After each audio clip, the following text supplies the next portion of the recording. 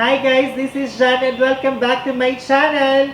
Kakagaling lang namin ng bakasyon with my sister-in-law and my pamangkin sa Hong Kong. So, ayun, before ko start tong haul na to, shout out lang dun sa Cebu Pacific crew na nagbalik sa akin ng wallet ko. So, thank you din Marasigan sa pag-connect sa akin sa Facebook. So, salamat kasi akala ko talaga mawala na yung mga IDs ko. Naisip ko na paano ako magpila, yung mga time na i-google ko para makuha ko ulit yung mga IDs ko. So, yun. Thank you. So, let's start our Hong Kong haul!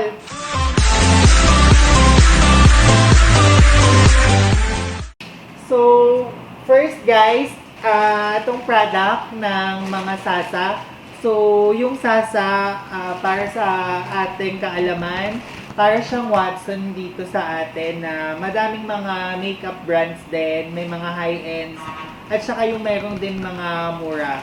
So, una, itong duo brush set na to. So, original price na to guys, nasa 185 Hong Kong dollars. So, nabili ko siya ng 98 Hong Kong dollars. So, check natin kung maganda siya at malambot.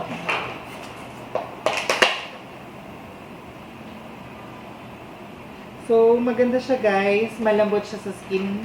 Tsaka, I think madali naman siyang i-apply yung mga makeup. So, gagamitin ko to sa mga future vlog ko. So, yon. And meron pala siyang kasamang pouch.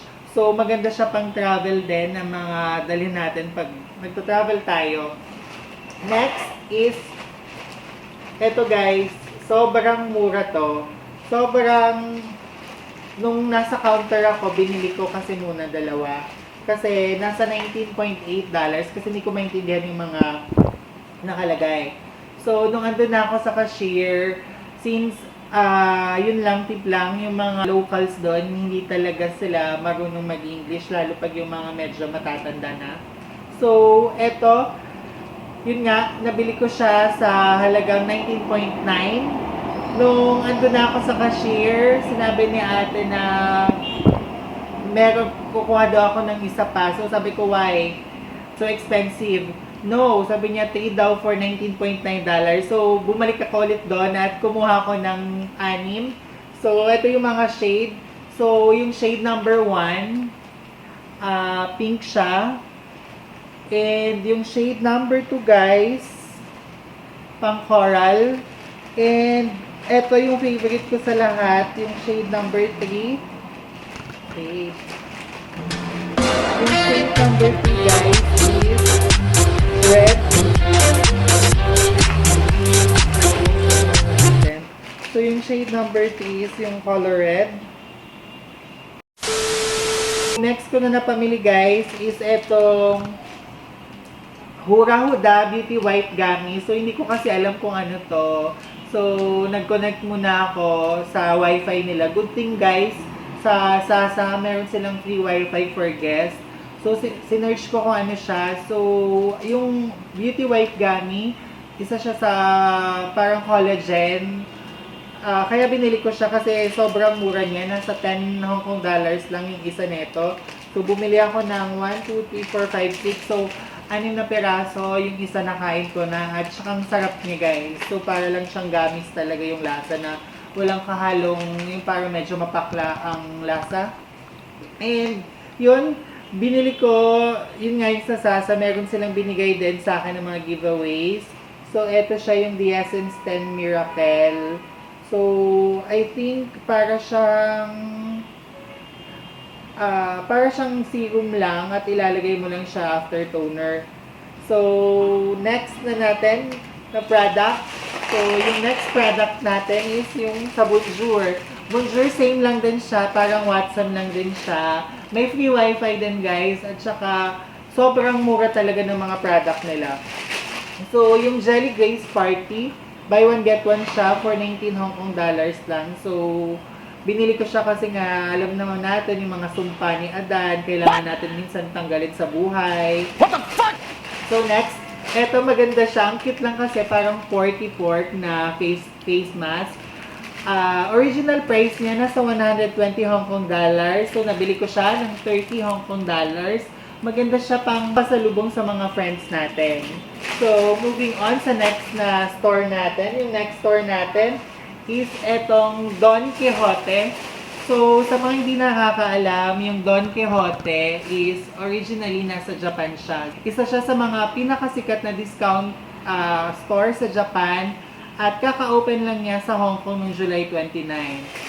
Una, binili ko to guys. Binili ko yung siya pala to. So, akala ko kasi nung una, para siyang kape. So, hindi ko na kasi hindi ko siya maintindihan kung ano siya. Yung tea, nasa JN Roasted Green Tea, 33.80 siya. 33.80 Hong Kong dollars. So, masarap naman siya guys. Siyempre, nabili ko na siya kaya kailangan ko na siyang inumin. At syempre, papamigay ko din sa mga friends and ka-office mates ko. Next guys is yung Pita Mask. So, eto maganda siya. Medyo may kamahalan siya unlike dito sa Divisoria o sa mga kung anong store dito sa Pinas. Kasi alam naman natin, uso ngayon yung may pa-face mask, parang K-drama effect din. At saka syempre, eto din yung mga sa mga nagbabiyahe, yung mga usok din. So, yun, nabili ko ng 35 Hong Kong dollars. So, dalawa binili ko, color gray. Meron din siyang ibang color blue, at saka merong army green. Gusto ko sanang bilhin yung color black kasi hindi na available. At ayoko din naman ng color white. So, kaya gray na lang yung binili ko. Next natin is itong Doraemon na cheese roll. So, yung Doraemon na cheese rolls, guys, nasa 29.80, sorry, it's 27.80. So, masarap siya, so tikman natin.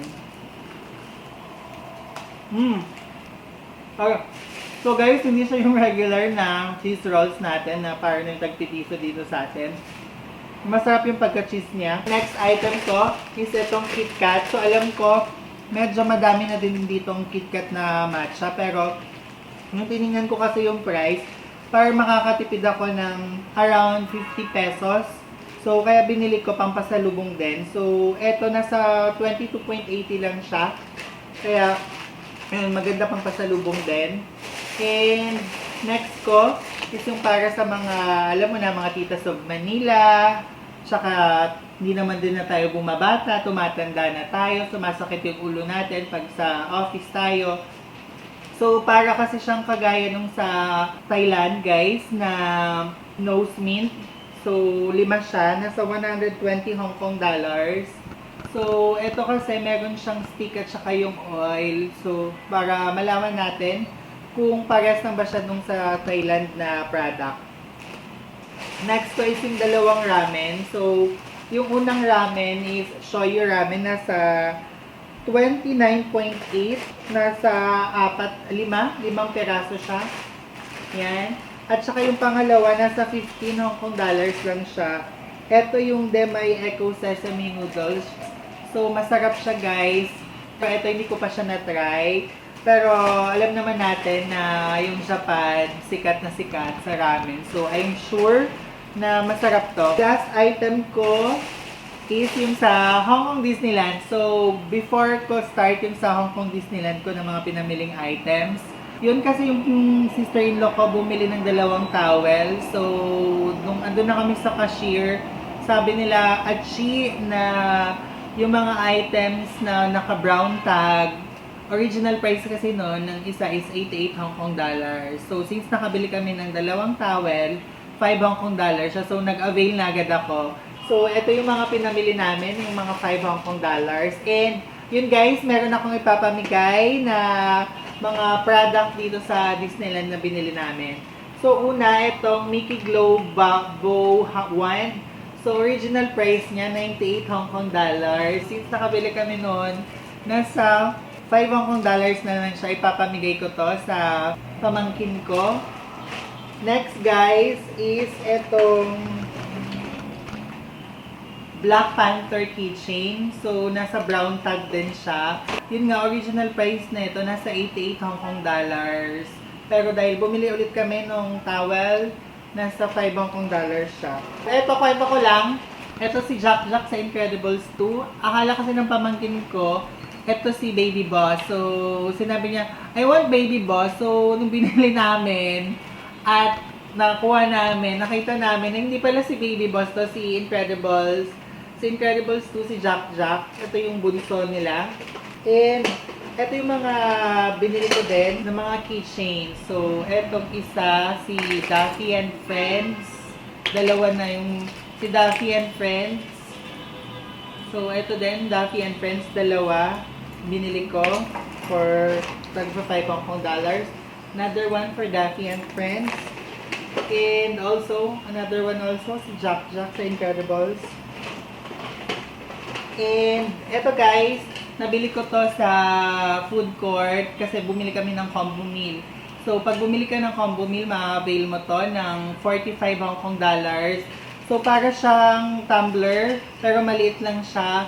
So, bala ko dito, bibilin ko or lalagyan ko ng mga abubot ko at saka yung mga accessories at saka yung mga kaartehan niya sa buhay, lagay niya dito. Next natin is yung tumbler. So, etong share ko lang yung tumbler. Nasa 100 Hong Kong dollars to. So, medyo mahal siya. Pero kasi naisip ko, wow, ako nun.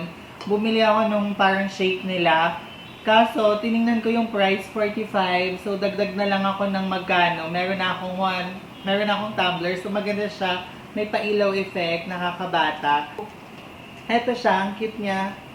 Toy Story 4. Meron siyang ganito. Pailaw, at may pa-alien, at may pa-clock. Next natin is, eto last na lang guys, nasa 228. Bali wala na yung laman neto. Nandito na siya. So si Alice, ang ganda lang kasi tingnan. Kaya binili ko siya. Yun lang yung mga product, mga items na nabili ko sa Hong Kong. And yun lang.